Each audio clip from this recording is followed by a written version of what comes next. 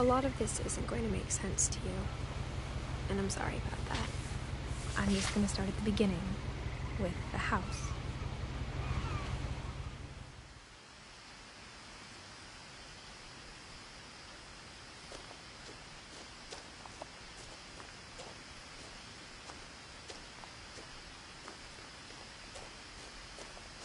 I lived here until I was 11, but I wasn't allowed inside half the rooms.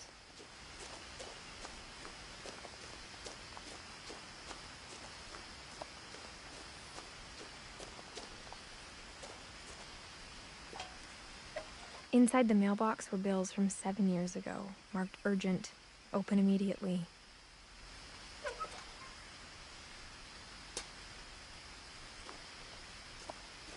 I hadn't been back since my brother Lewis's funeral.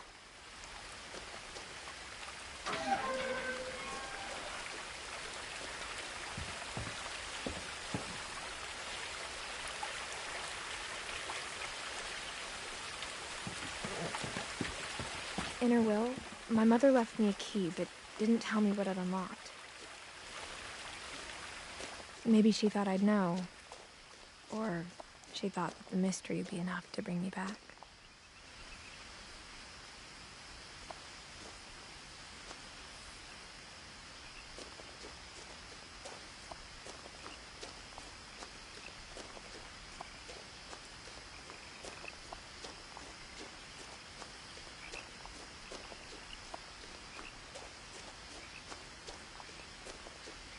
No one had driven this way in a long time, but I saw a few hoof prints.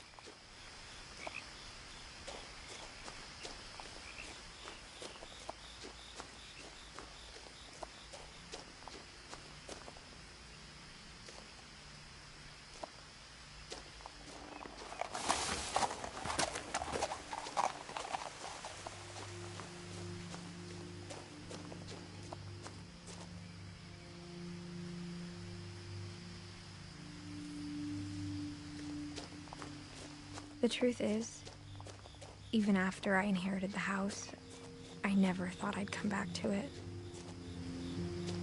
But now I had questions about my family that only the house knew the answers to.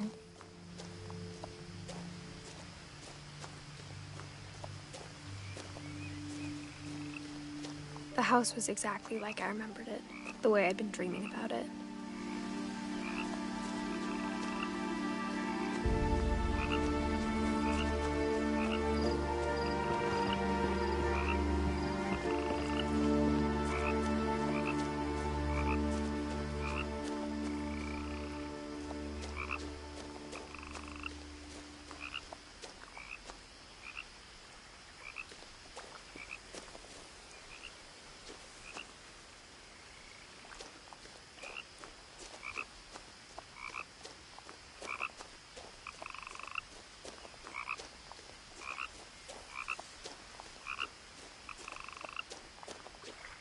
As a child, the house made me uncomfortable in a way I couldn't put into words.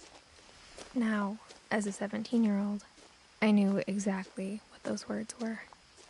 I was afraid of the house.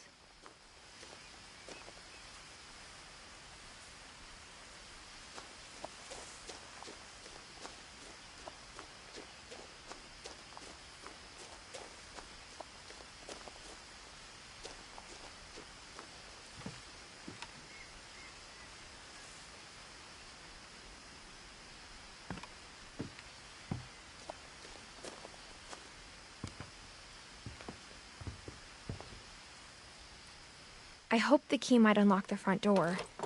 It didn't.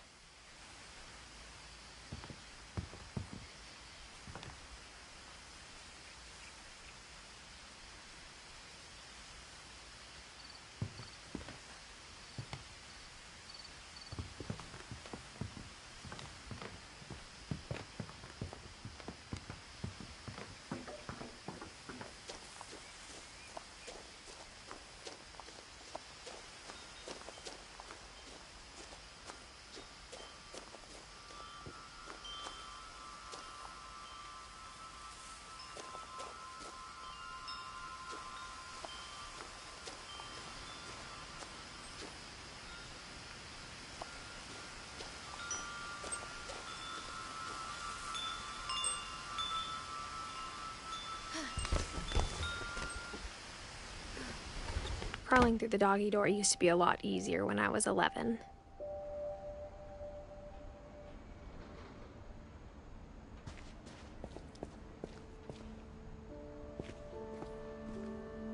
The power had been turned off the night we left.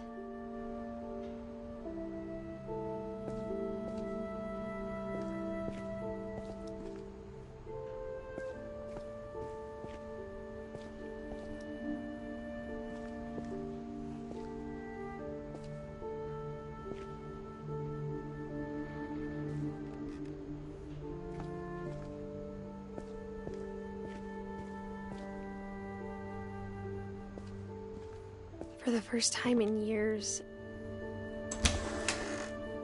I felt like I was home.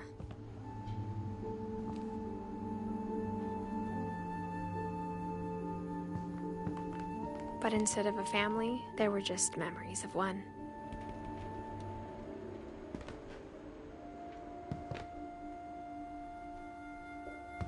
Like how only one restaurant would deliver to our house, so we had Chinese a lot.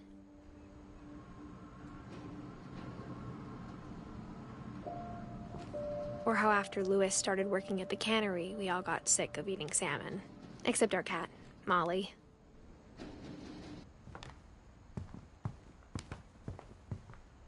Nothing in the house looked abnormal. There was just too much of it, like a smile with too many teeth. A lot of things got left behind in the whirlwind of that last night.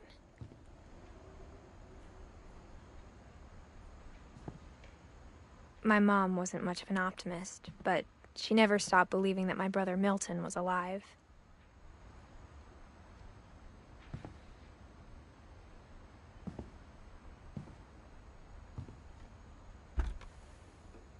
Edie told me once that every Finch who ever lived is buried somewhere in the library.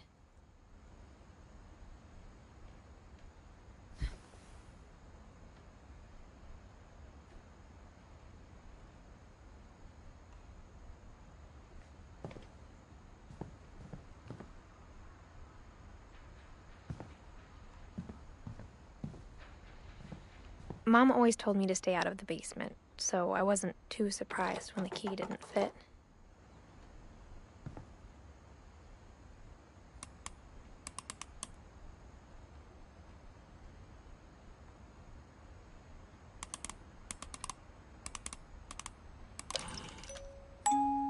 Great-Grandpa Sven built a music box for Barbara, along with the rest of the house.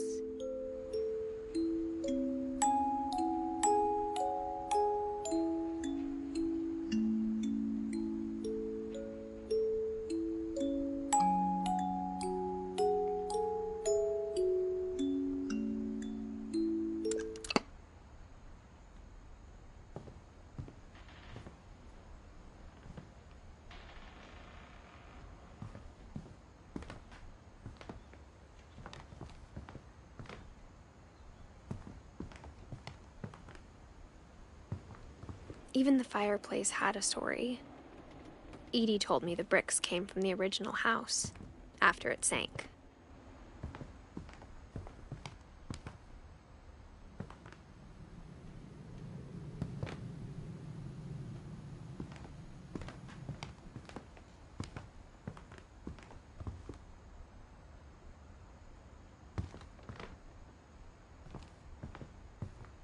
The table was still a wreck from the night we left.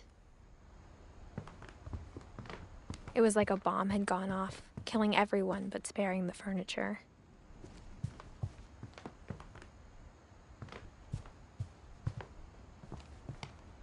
My mom was the only one of us who could imagine Great-Grandma Edie living in a nursing home.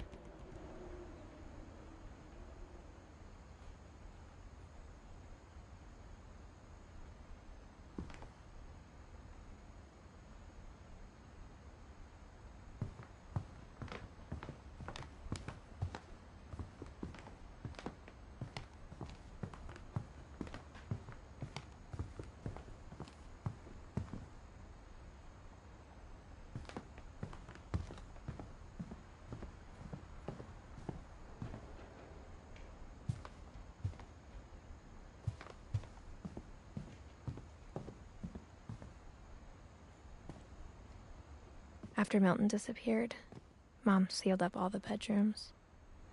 Then Edie retaliated and drilled peepholes.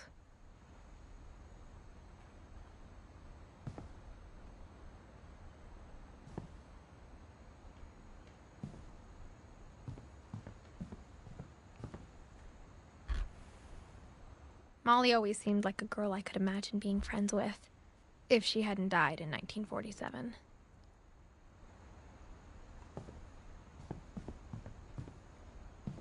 I spent a lot of time playing in Great Uncle Walter's room.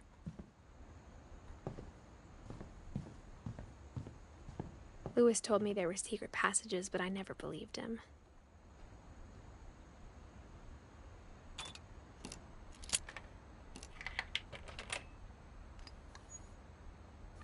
Turns out, my mom was really good at keeping secrets. Now it was time to find out what my mom had been afraid of.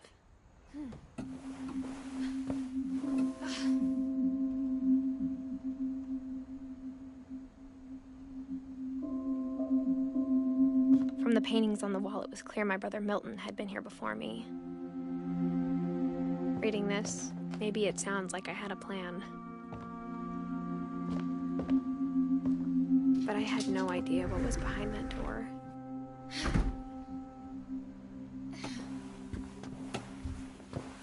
Just like I had no idea where all this was gonna lead. I grew up looking at Molly's gerbil had a tiny bedroom with its own even tinier gerbil cage.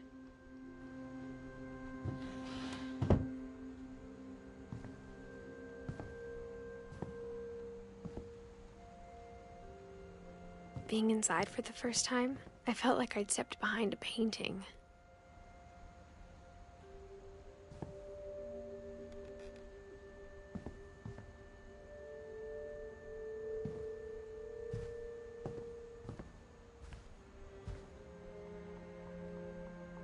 I got the sense Edie had spent a lot of time here, before my mom sealed the doors.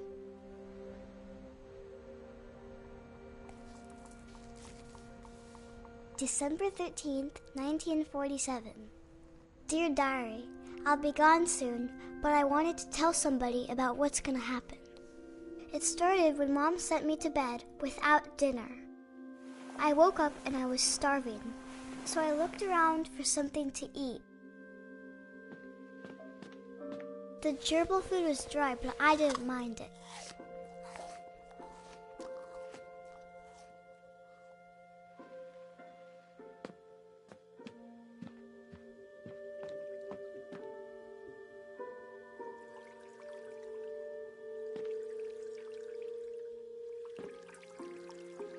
I thought about eating Christopher, but I held back.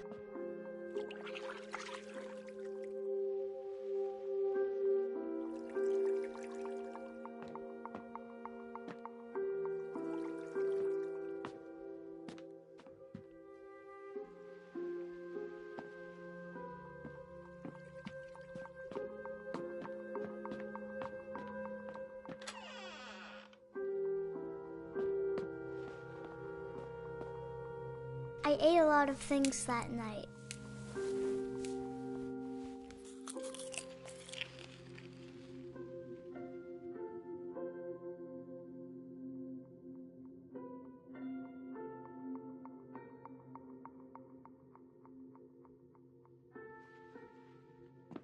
I kept eating and eating.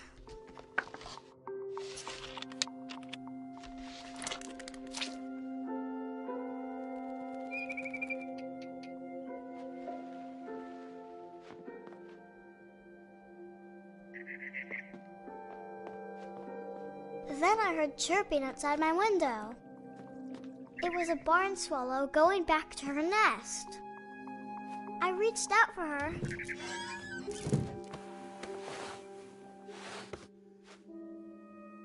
And suddenly, I was a cat.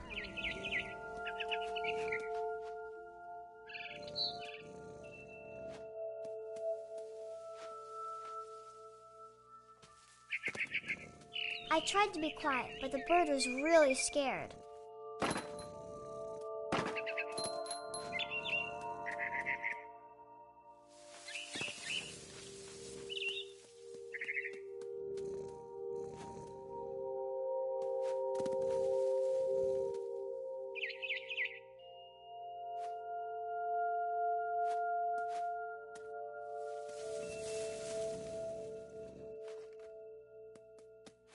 Mom and Dad didn't even look at me.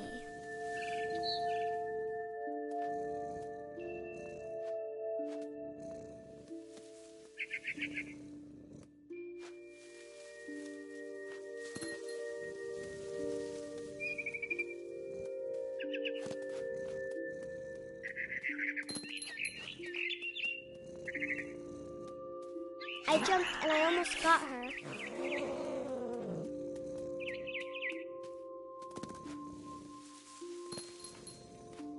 I could tell she was getting really tired. Now I was up in the big tree. I promised Dad I wouldn't climb it anymore. All I cared about was eating that mama bird.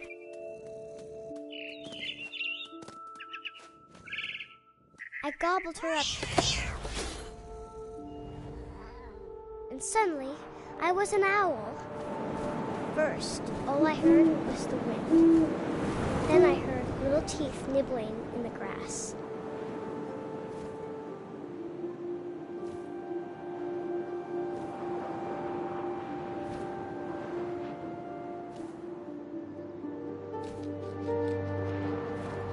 Rabbits.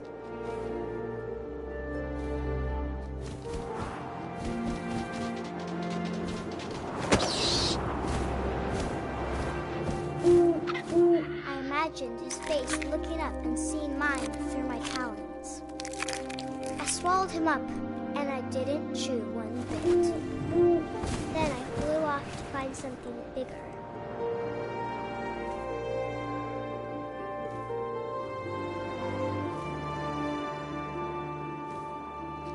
A mama rabbit.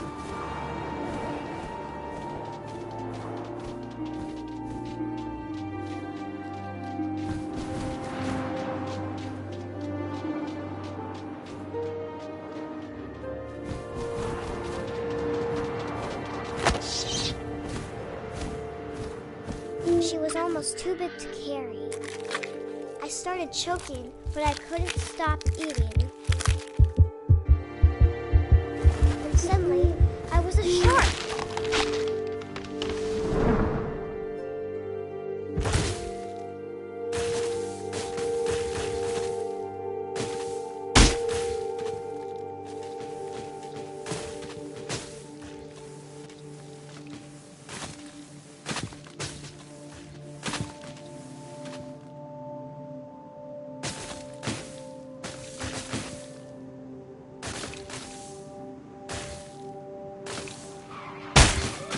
I rolled off a cliff and into the ocean.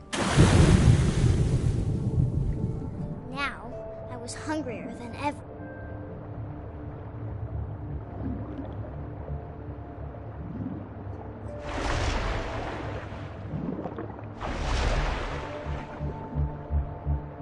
I wanted fat, juicy seals.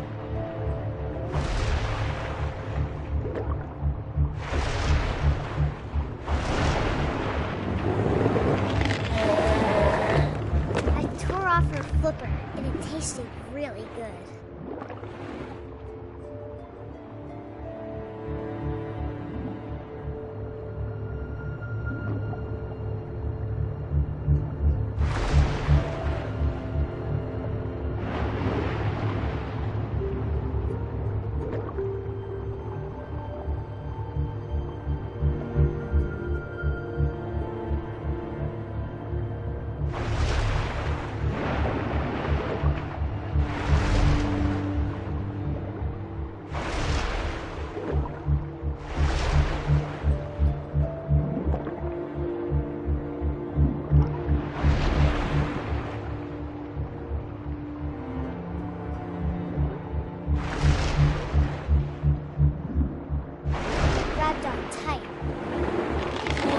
So hungry, I jumped out of the water. When I opened my eyes, everything had changed.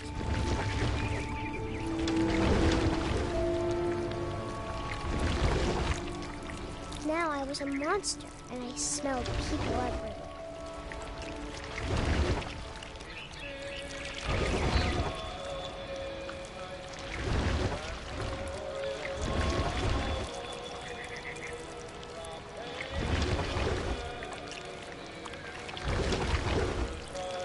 was big, and I moved real quiet.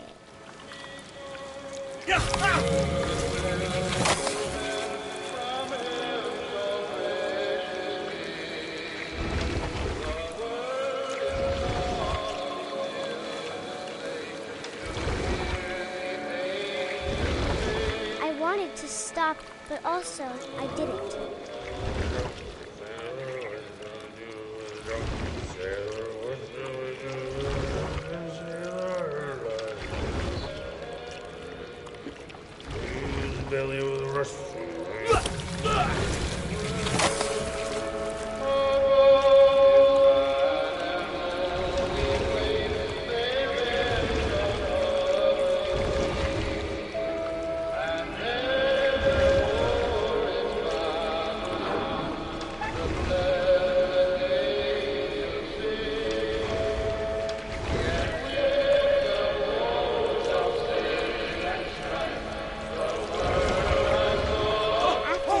Passenger, I was still hungry. And to cross the water, I smelled something new. Something I had to have, so I swam towards it.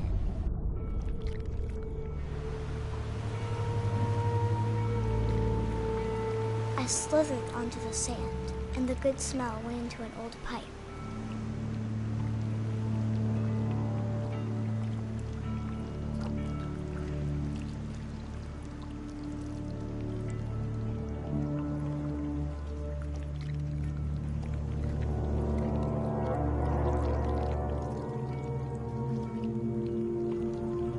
I got closer and closer.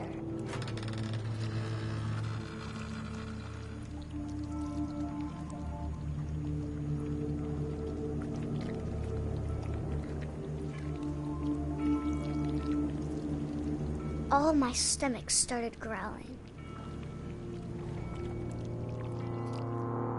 And suddenly, I was me again. I held my breath for a long time, but I couldn't hear anything. I think it's waiting for me to fall asleep. But it's not going to wait much longer. It needs to feed, and we both know I will be delicious.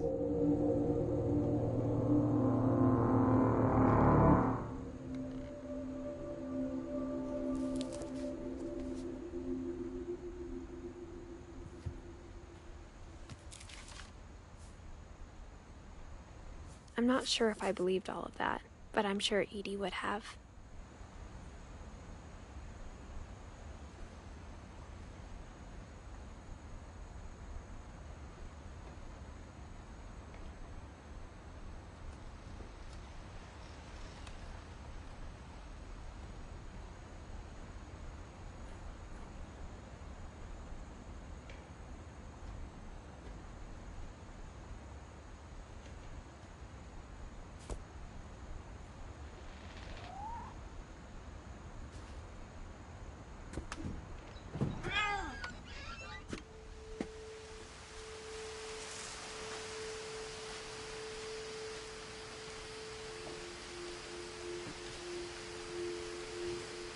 This will be obvious later, but my mom never told me any of these stories.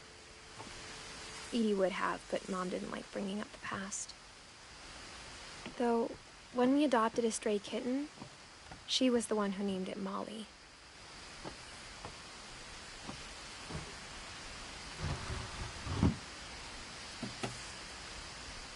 I spent a lot of time in Great-Grandma Edie's room.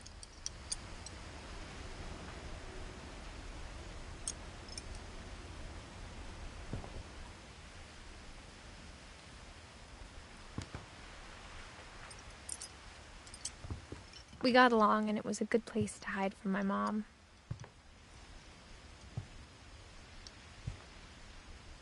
Louis died a week before we left, but Edie had already started to memorialize him.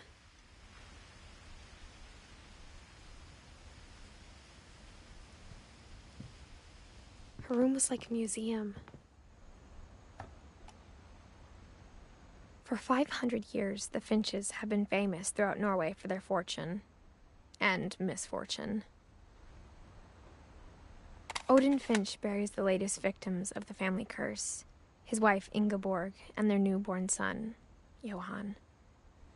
On January 7th, 1937, he set sail with his family and his house, hoping to leave the curse behind. But 40-foot waves off the coast of Washington send the house and Odin to the bottom of the sea.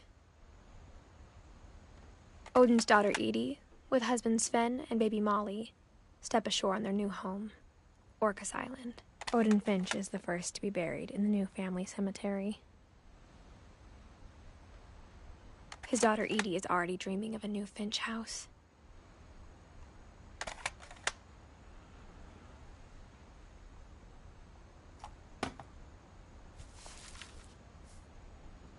Whatever's wrong with this family, it goes back a long ways.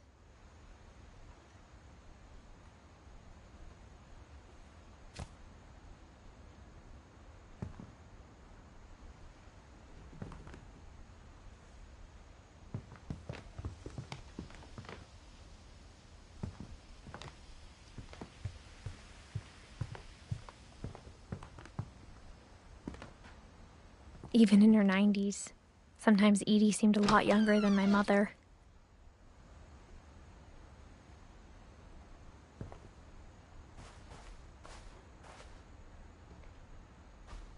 The only trace Grandpa Sam's first wife Kay left on the house was the pink bathroom.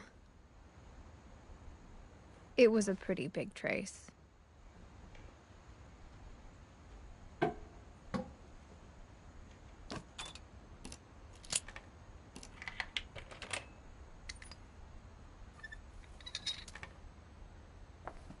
There's a secret in this bathroom. It's in the last place you would look. It isn't in the cupboard. It's hidden in this book.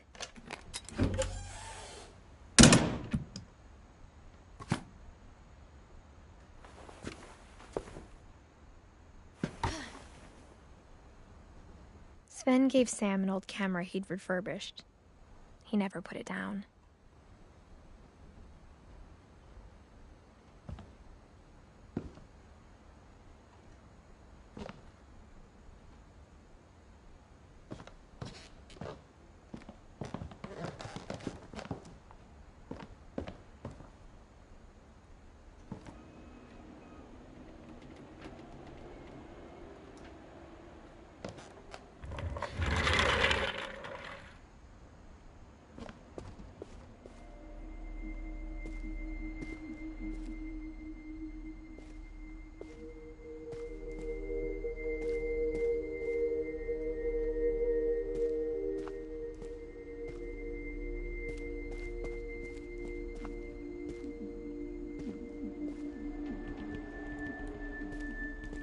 I knew Grandpa Sam had a twin,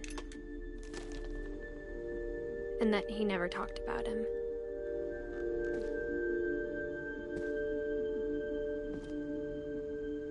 I guess my grandpa didn't like history any more than my mom did.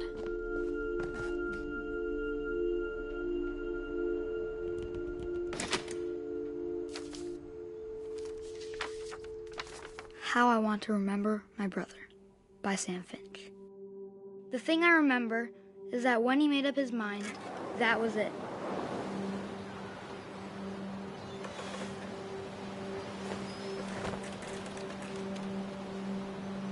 My brother said he'd die before he ate another mushroom, and he did. At Barbara's funeral, we swore we'd never be afraid again, and he wasn't. I think Calvin always wanted to fly.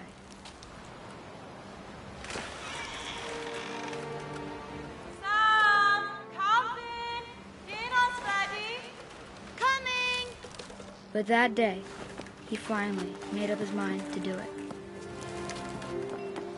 I told him going around was impossible. Maybe if I hadn't said that. Alvin, I'm not going to tell you again. Maybe if the wind hadn't picked up.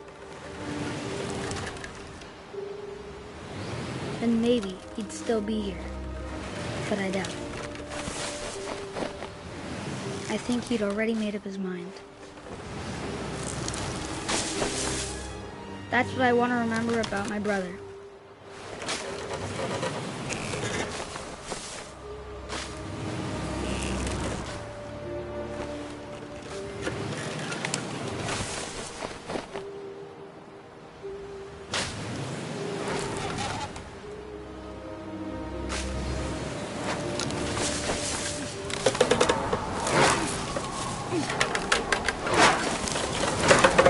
day he made up his mind to fly. And he did.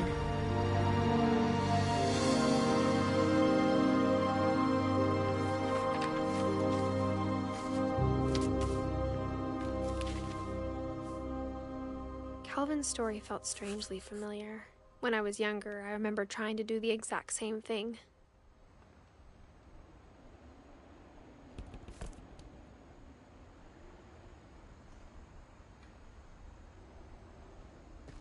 After the funeral, Edie roped off Calvin's half of the room.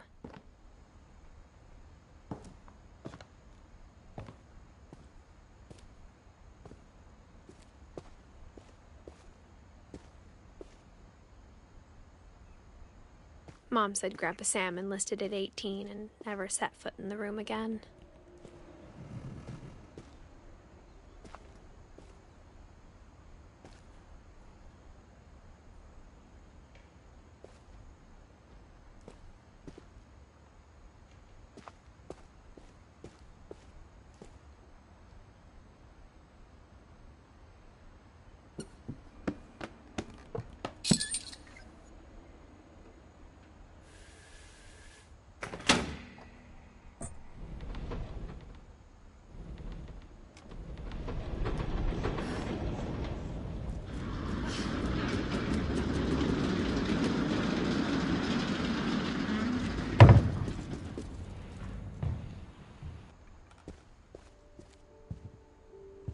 The passages were a pretty tight fit. They'd obviously been built for smaller hands and bellies.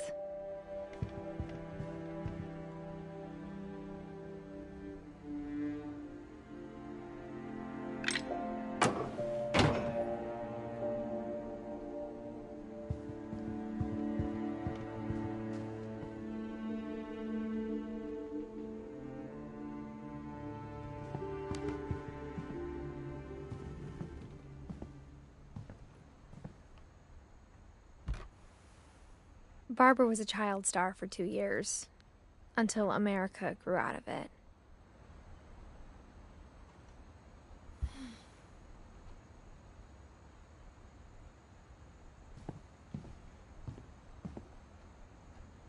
Whenever people ask me about my family, the first thing they always want to know about is Barbara.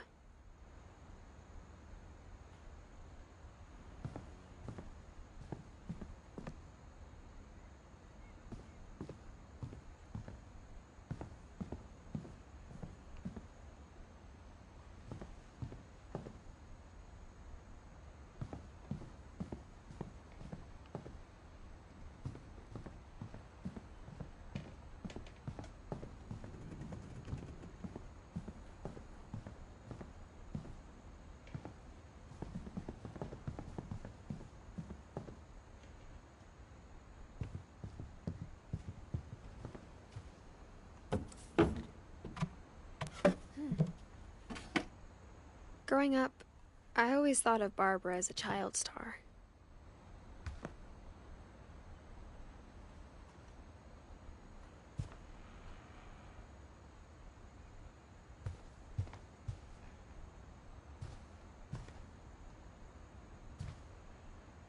I never thought about how hard it must have been for her afterwards.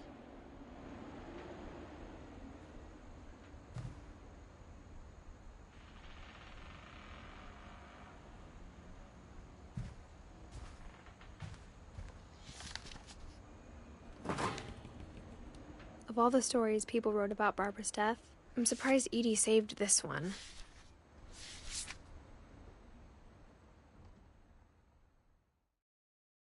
Old Jack here with another ghastly tale inspired by America's most unfortunate family.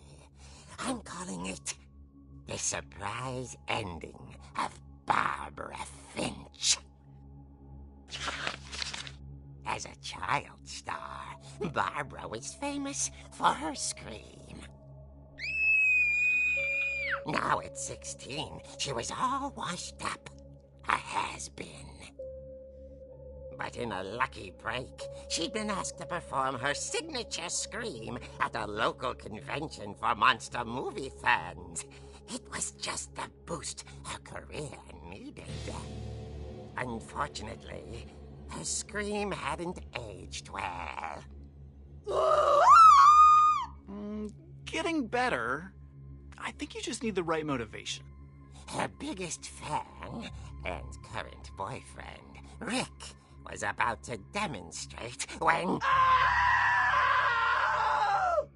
Now that was a great scream. It was Barbara's father, Sven.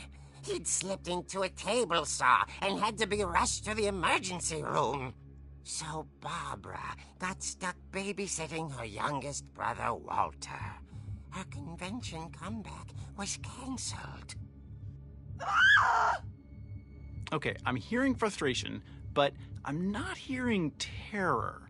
What if I tried... A gang of hoodlums in Halloween masks have been terrorizing Orcas Island tonight. Police are urging residents to... That came from the basement. You're right! Also, I loved your delivery on that. Why is your basement door locked? Because my dad likes making puzzles and secret passages. There's a key hidden in the music box. The secret is to keep winding and winding until finally the key pops out. Thanks, babe. I'll be back in a sec. 20 minutes later, Rick hadn't returned. So Barbara went to look for him, right on cue. She reached for the music box.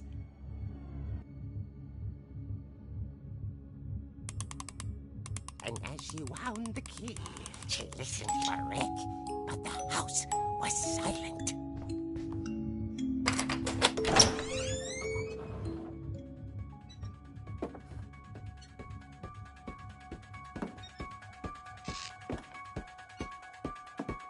She found Rick's crutch and imagined the worst.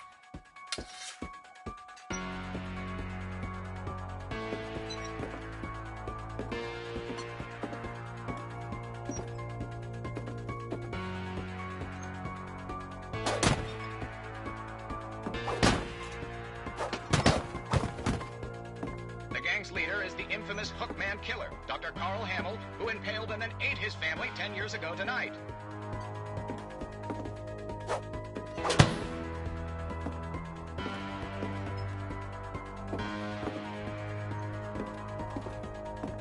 The old fridge rattled and grew still.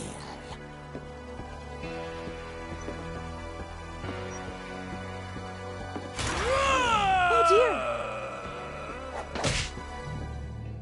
Oh! Rick? Barb, relax. I was just trying to scare you to help you find your scream. Well, I'm not scared, Rick. I'm furious. Then act furious. All I'm getting from you now is that you're hurt and confused and you're... She threw him out, but she kept a little something to remember him by. Barb, have you seen my other crutch? And she was still holding it when she fell asleep watching the late picture show. Hours later... Barbara! Walter, what's going on up there? Ah! Okay, I'm coming up, but if this is a trick, you're dead, Walter.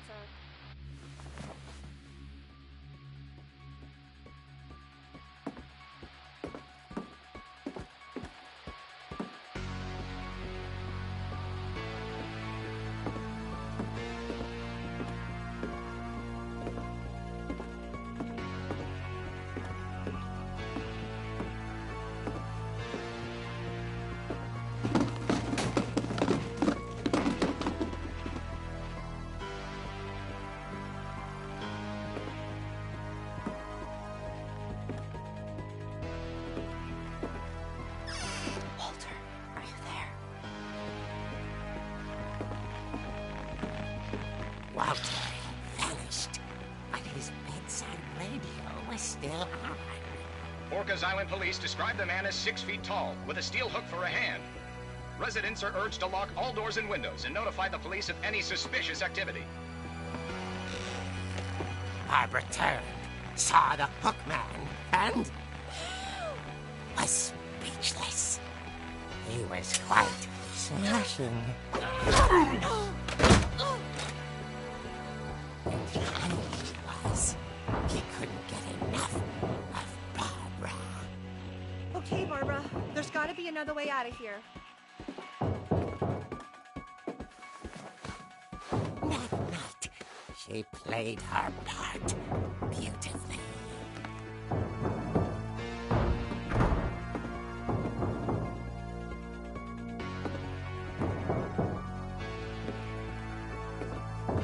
Molly's door hadn't been opened in years. The hinges groaned.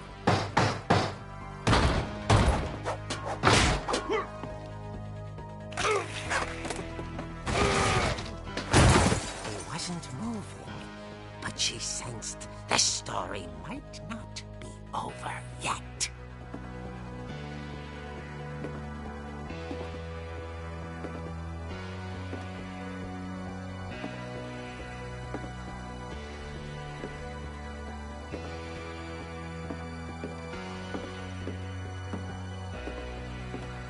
The hookman had vanished.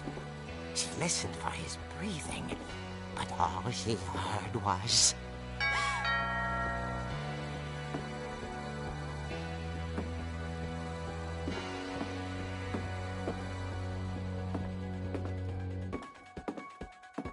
someone at the door was dying to speak to young Barbara. At the door, she heard whispering. It was coming from inside the house.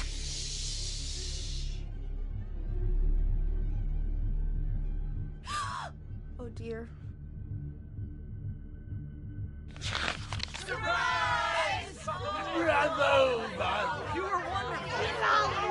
The monsters had come to surprise her. For Barbara, it was a dream come true. Then she saw what kind of monsters they were, and she realized what was about to happen. She was going to be famous. And with her final breath, Barbara Finch gave the performance of her life.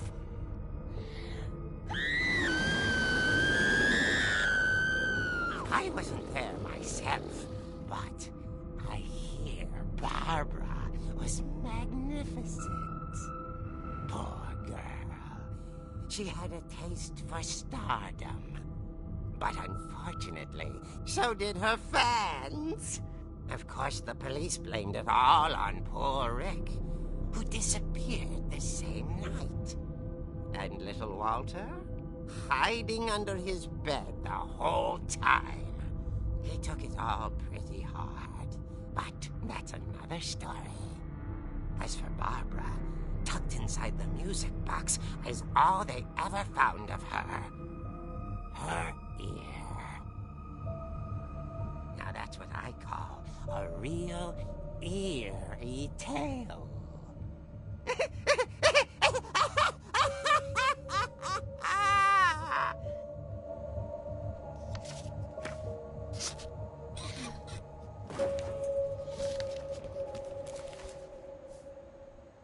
Edie told me all Barbara wanted was to be remembered, as absurd as that comic was. Maybe what Edie saw was a happy ending.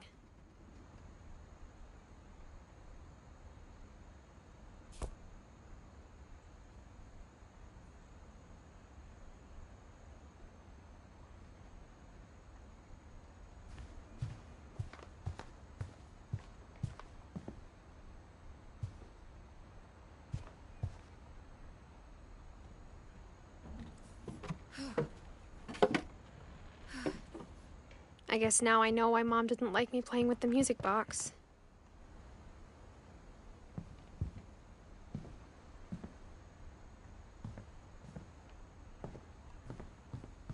Edie's father, Odin, built the original house.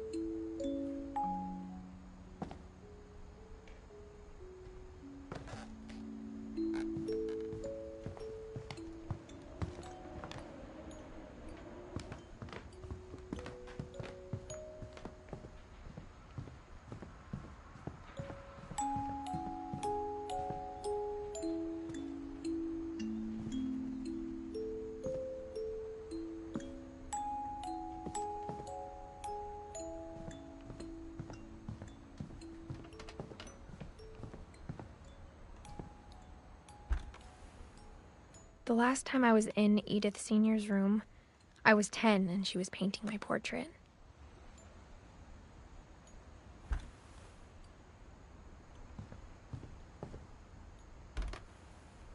As a kid, I just assumed every house had peepholes and sealed rooms you weren't allowed inside of.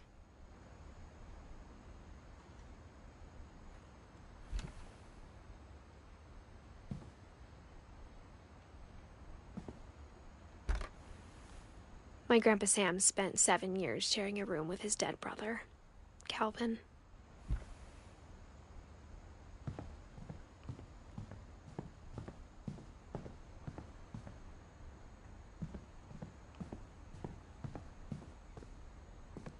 Mom must have locked the third floor stairs on the night we left.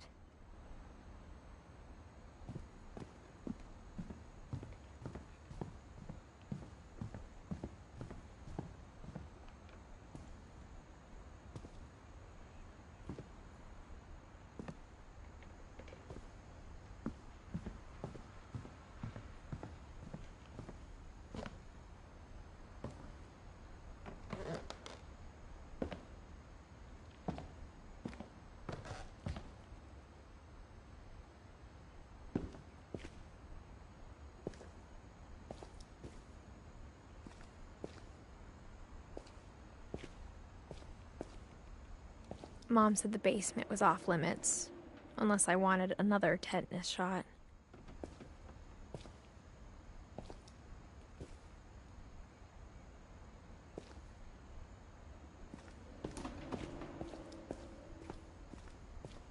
I saw Edie sneak down to the basement once, carrying packages. I thought maybe she was hiding presents.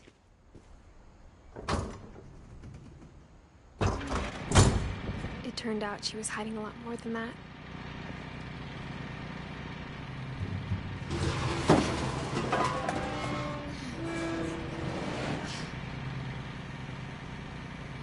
I remember asking Mom once about where Walter had gone. She said after Barbara died, he got as far away as he could. If there's a pattern in all these stories, I think it's that none of us has gotten very far.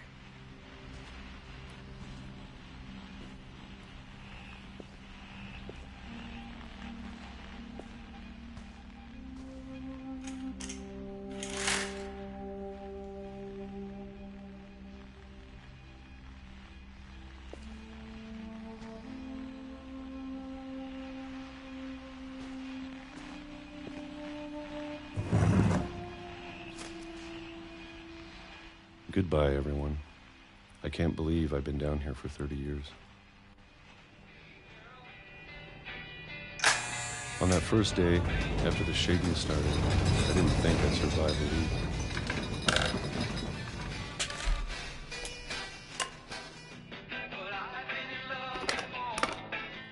But after a few days, I settled into a routine. That's what kept me sane. Having a schedule, living for today. I always expected to be dead tomorrow. But if you wait long enough, you get used to anything.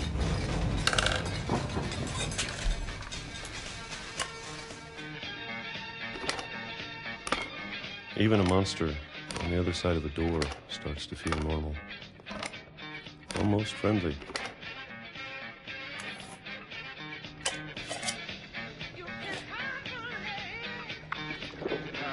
And then one day, everything just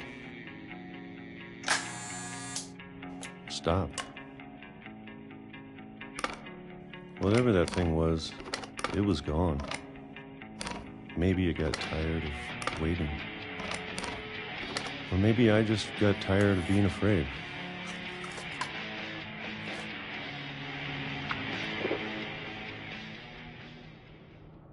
It's been a week now, the longest in 30 years. I'm done waiting. I have to leave. Well, I still can.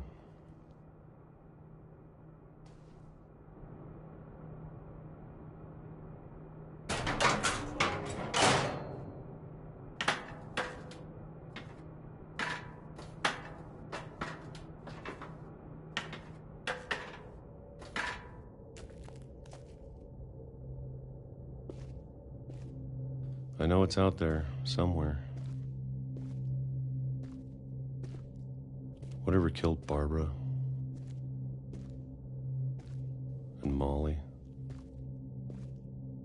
and Calvin.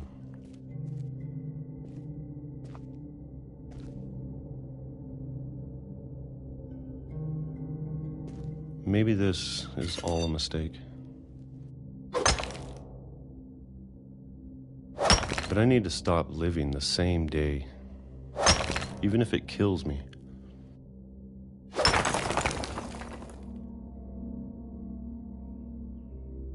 Whatever's out there, I want you to know I'm ready for it.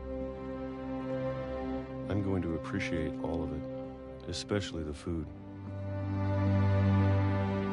I don't mind if I only have a year left,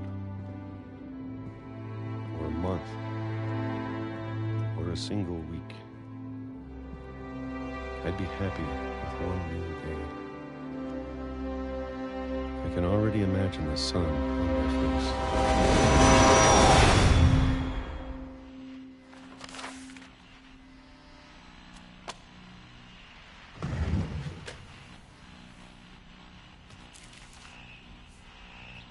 Walter died when I was 6. I can't believe my mom never told me he was down here.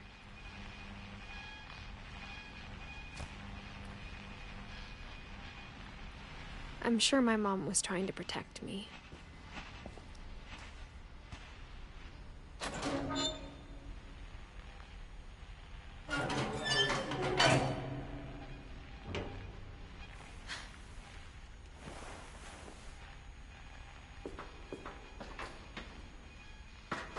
Maybe she was afraid I'd end up like Walter. But if she never told me about an uncle under the house, I can only imagine what else she was hiding. I don't want to make the same mistakes she made, trying to bury something that's still alive.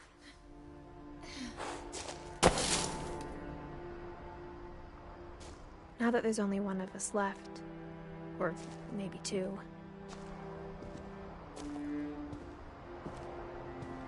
I thought it was time I heard the stories for myself and found out what happened to everyone else. But now I'm worried the stories themselves might be the problem. Maybe we believed so much in a family curse, we made it real.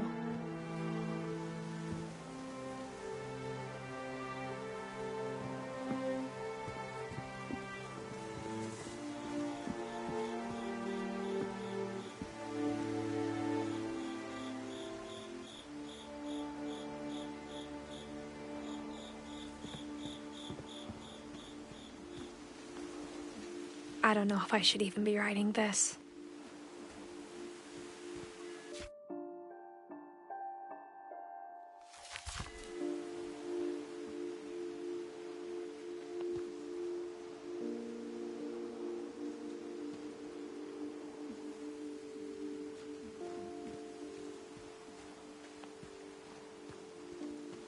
Maybe it'd be better if all this just died with me.